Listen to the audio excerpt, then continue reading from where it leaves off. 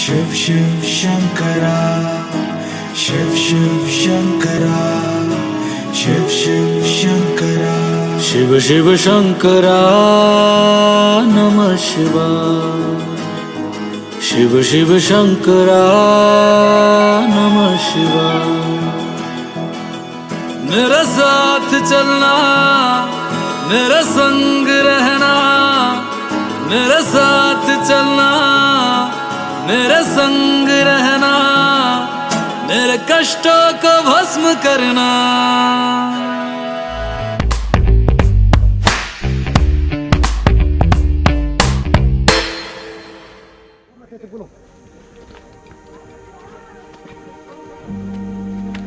हर हर महादेव। गुप्तकाशी मंदिर में भगवान शिव और भगवान विश्वनाथ के दर्शन कर हम दोस्त आगे चोपता में आए। हमारी अगली मंजिल थी तुंगनाथ चंद्रशिला ट्रैक। गुप्तकाशी मंदिर से चोपता का रोड डिस्टेंस करीबन 2 घंटे का है। चोपता समुद्र तल से 12,000 फुट की ऊंचाई पर स्थित है। यहाँ से ऊपर 3 किलोमीटर का ट्रैक करके हमें तुंगनाथ मंदिर पहुँचना था, जो 13,000 फुट की ऊंचाई पर स्थित है। तुंगनाथ मंदिर पहुँचने के लिए यात्री पैदल चलते हैं या घोड़े और पिट्ठू का सहारा लेके अपनी यात्रा पूर्ण करते हैं।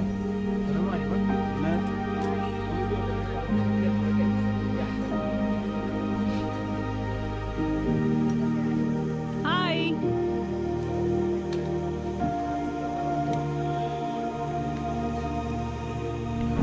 12 से 14,000 फुट की ऊंचाई पर बसा यह क्षेत्र गढ़वाल हिमालय के सबसे सुंदर स्थानों में से एक है। मई से नवंबर तक यहाँ की यात्रा की जा सकती है। हालांकि दिसंबर से अप्रैल तक की यात्रा भी लोग करते हैं, लेकिन इस समय बर्फगिरी होने के कारण मंदिर तक का रास्ता ज्यादातर पैदल ही तय करना पड़ता है।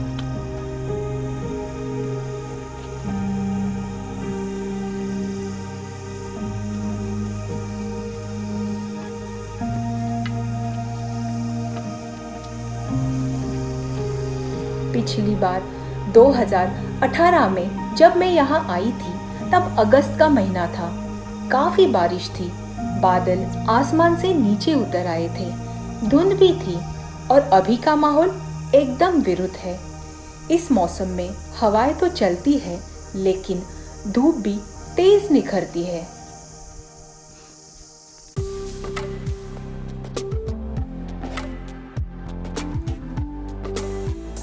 चोपता से तुंगनाथ मंदिर तक 3 किलोमीटर का यह पैदल मार्ग बुग्यालों की सुंदर दुनिया से साक्षात्कार कराता है। बारिश के मौसम में यह बुग्याल हरे रंग से दमक उठते हैं और जब बर्फ गिरनी शुरू हो जाती है, तब ऐसा लगता है कि मानो सफेद चादर ओढ़े यह बुग्याल निद्रा में लीन है। पर्यटक इसकी तुलना यूरोप की स्विट्जरलैंड से करते हैं। ब्रिटिश शासन काल में कमिश्नर एटकिंसन ने कहा था कि जिसने अपने जीवन में चोपता नहीं देखा, उसका जीवन व्यर्थ है। मेरे विचार से बिल्कुल सही कहा था। रास्ते में थोड़ी बहुत दूरी पर यहाँ छोटी छोटी दुकानें बनी हुई हैं, जिसमें मैगी, चाय, कॉफी, पानी, बिस्किट, राजमा चावल, पकोड़े ऐसे पदार्थ खाने के लिए मिल जाते हैं। कुछ अंतराल पर टॉयलेट्स की भी सुविधा है। 3 किलोमीटर के इस यात्रा में यात्रियों को किसी भी तरह की असुविधा नहीं होती है। तुंगनाथ यात्रा से पहले मैंने और मेरे साथ मेरे दोस्तों ने केदारनाथ की कुल मिला के 38 किलोमीटर की यात्रा पैदल की थी, इसलिए यह यात्रा उसकी तुलना में हमारे लिए बिल्कुल ज्यादा नहीं थी।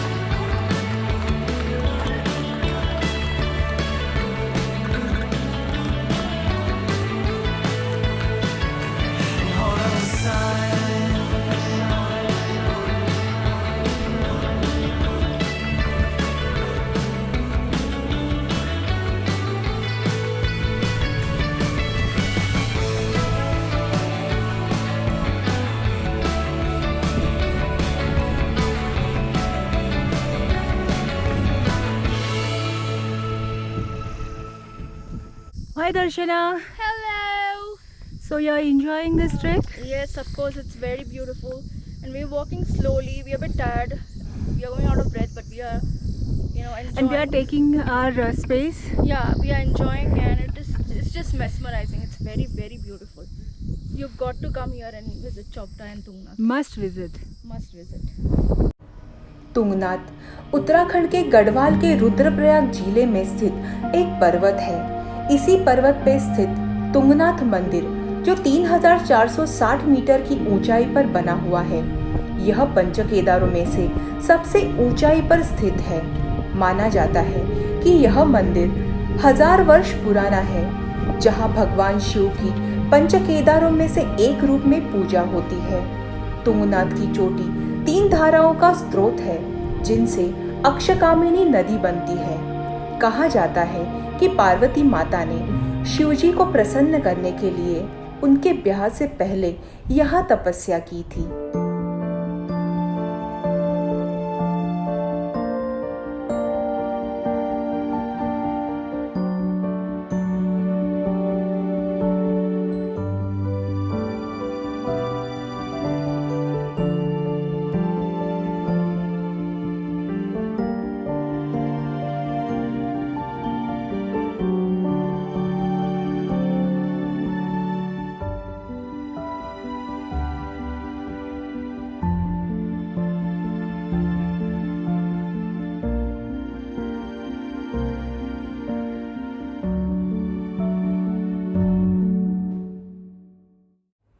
महाभारत युद्ध के बाद पांडव भातृहत्या से व्याकुल थे।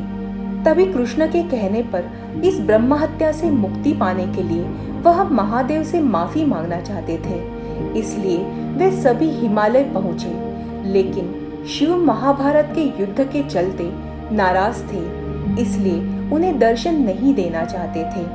पांडवों को भ्रमित करने के लिए शिव भैंसों के झुंड के बीच भैंसे का रूप धारण कर जा मिले और वहां से निकल गए। तभी भीम को संदेह हुआ। भीम ने विशाल रूप धारण कर अपनी दोनों टांगे 2 पहाड़ों पर फैला दी। भैंसों का पूरा झुंड उसके टांगों के नीचे से निकल गया, लेकिन भैंस रूपी शिव नहीं निकलना चाहते थे। तभी भीम ने उन्हें पहचाना और पकड़ लिया। शिव भूमि में अंतर्ध्यान होने लगे। केवल भैंस के त्रिकोणात्मक पीठ का भाग ही भीम के हाथ में आया।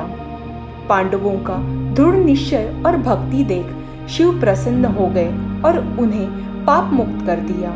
कहते हैं जब शिव भूमि में अंतर्ध्यान हो रहे थे, तब वह 5 जगह अलग अलग रूपों में निकल आए।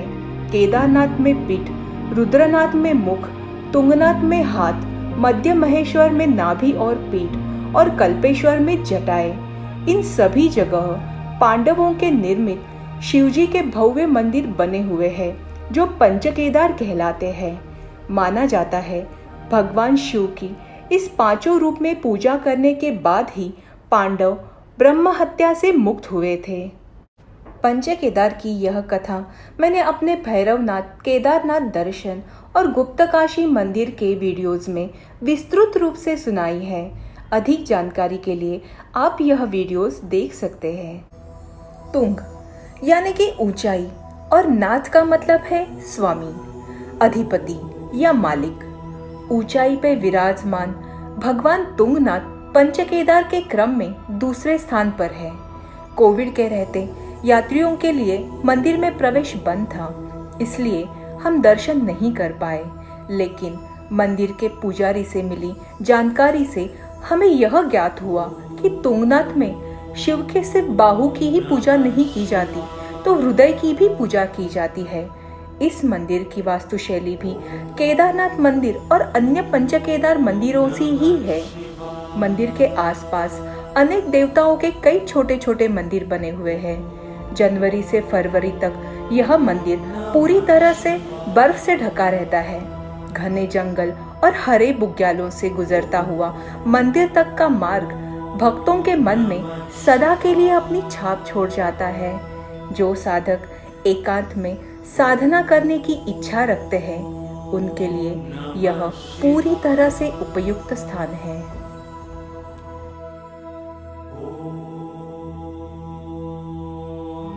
तुंगनाथ के दर्शन कर हम चंद्रशिला के लिए आगे बढ़े। तुंगनाथ मंदिर से चंद्रशिला लगभग 1.5 किलोमीटर की दूरी पर है, लेकिन खड़ी चढ़ाई की वजह से यह रास्ता अधिक लंबा हो जाता है। शीतकाल में बर्फबारी की वजह से यह रास्ता फिसलन वाला होता है। पुराणों में कहा गया है कि भगवान रामचंद्र शिव को अपना भगवान मानकर पूजते थे। माना जाता है कि लंकापति रावण का वध करने के बाद भगवान श्री राम ने अपने मन की अशांति दूर करने के लिए तुंगनाथ से करीबन 1.5 किलोमीटर की दूरी पर स्थित पर्वत चोटी पर भगवान शिव की आराधना की और उसी समय से आज तक चोटी को चंद्रशिला नाम से जाना जाता है।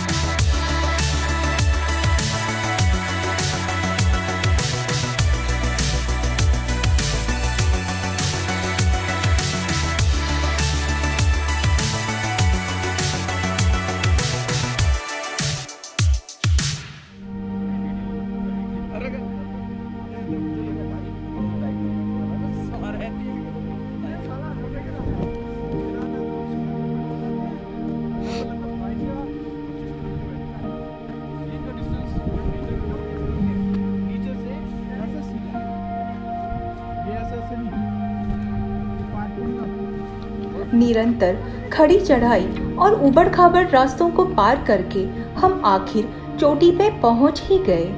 चोटी पे आरंभ में ही सामने छोटा सा गंगा का एक मंदिर बना हुआ है। शीतल हवा और विहंगम दृश्य का आस्वाद लेते हुए आगे की ओर बढ़ रहे थे, तभी नीचे पैरों की ओर मेरा ध्यान गया। जमीन पर यात्रियों ने पत्थर के ऊपर पत्थर जमा के ढेर लगाए थे। अक्सर पहाड़ी क्षेत्र में ऐसा दृश्य देखने को मिलता है। सुना है ऐसे करने से मन से की कामना पूर्ण हो जाती है। अब इस बात में कितनी सच्चाई है ये तो मैं नहीं जानती, लेकिन श्रद्धा और विश्वास असंभव को भी संभव बना देता है, यह बात दिल से स्वीकार करती हूँ। चंद्रशिला शिखर पर खड़े होकर दंदा देवी, त्रिशूल, केदार पर्वत और चौखंबा चोटियां स्पष्ट नजर आती है। वहीं दूसरी ओर गोपेश्वर के आसपास का मनोहर दृश्य भी देखने को मिलता है। यहाँ से ऊंचाई को छूने का रोमांच एक अद्वितीय अनुभव है। यहाँ पहुँच के एक और कहानी का खुलासा हुआ। कहते हैं कि इसी जगह चंद्रमा भगवान ने तपस्या में अपना समय बिताया था, इसीलिए भी इस चोटी को चंद्रशिला कहते हैं।